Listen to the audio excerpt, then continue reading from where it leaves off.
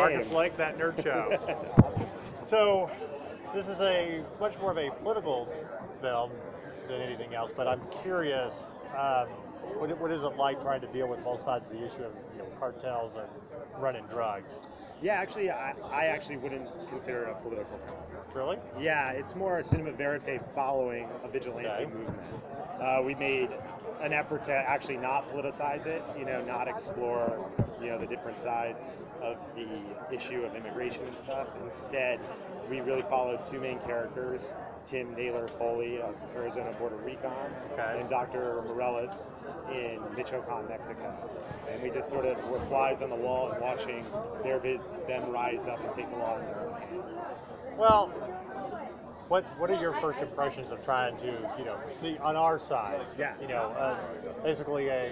It's basically a militia, but just doing it without the government's consent. Yeah, taking the law in your own hands. Right. Exactly. Are you impressed by that, or tell me about your impressions on that?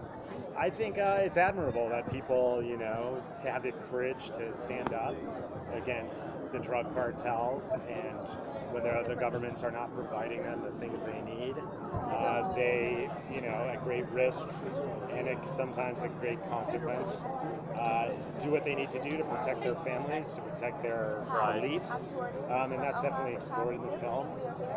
And so, personally, I think it was interesting to be a part of that because as an editor and a co-producer, I never had that experience before. Do you think after this experience that that's more what we're going towards? Citizens just kind of taking up arms and dealing with these types of issues instead of our government, or do you not have an opinion on that?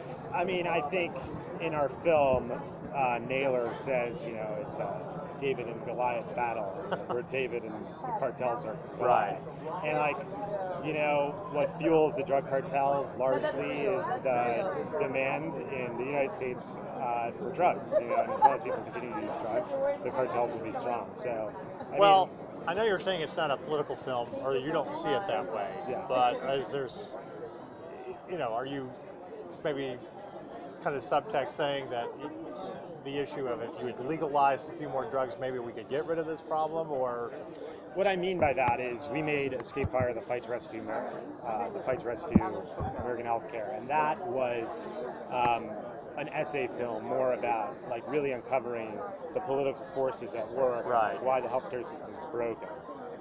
With Cartel Land, we never explored sort of what's the future of this problem. It was really just about being in the moment and watching the auto defenses movement unfold, as well as the. So it's much more of a kind of just a reality documentary. It's like, this is what's going on. If you don't know about it, here you go, and we're not going to say anything. We're going to let you come to your own conclusion. More or less, and I think that's definitely the response we've received of people being asking questions like this. Like, what do you think? And the whole point of the film is this is just what happened.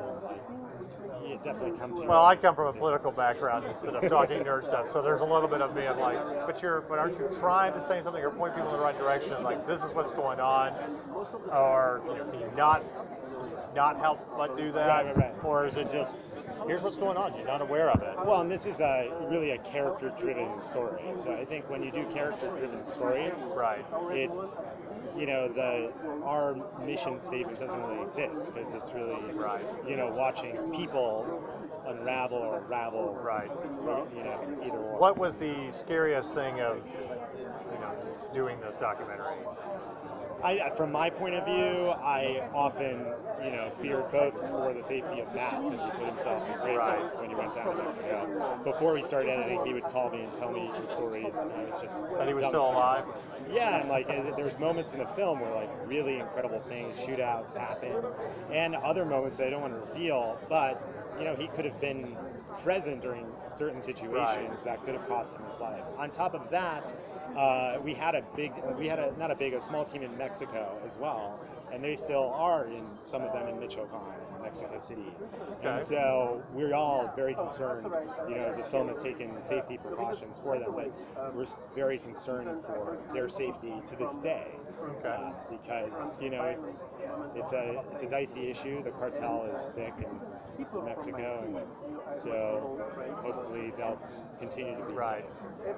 All right, one final question, just because it's a reoccurring theme on our show. We're nerds, so we have to ask you this. Okay. As a filmmaker, if you can be a part of a superhero TV show or movie, would you showcase a villain or a good guy? And what would it be? Myself personally, Sure. you know, I'm embarrassed to say this, but in high school I acted a lot, and for some reason I was always typecast as the villain. So I've learned in this business, from an editing point of view, you sort of, you know, play to your proclivities, don't fight them. So Right. I guess I would choose, you know, smarter people than me have always thought I have a villainous appeal. So I guess I would happily, you know, Do the villain. carry that knife around. You know, I guess that would be my tool. Well, the villains are always much more fun. I think the Joker always had much more fun than Batman did. Yeah, exactly. Exactly. So, yes. Okay. Guilty, villain. Would you reboot anything that's already been done years past, or? In terms of hero stories? Yeah. That's a good question. I mean, I've always I loved the first season of Heroes on NBC. Right. I thought that was really fun. I've never been a comics guy, really. Okay. But I love spycraft, and so I guess Bond maybe, but never really thought about it. It's interesting. Well, there you go. Now you have something to think about. Well, thank you very much, and good luck with the film. Thank you very much. Pleasure.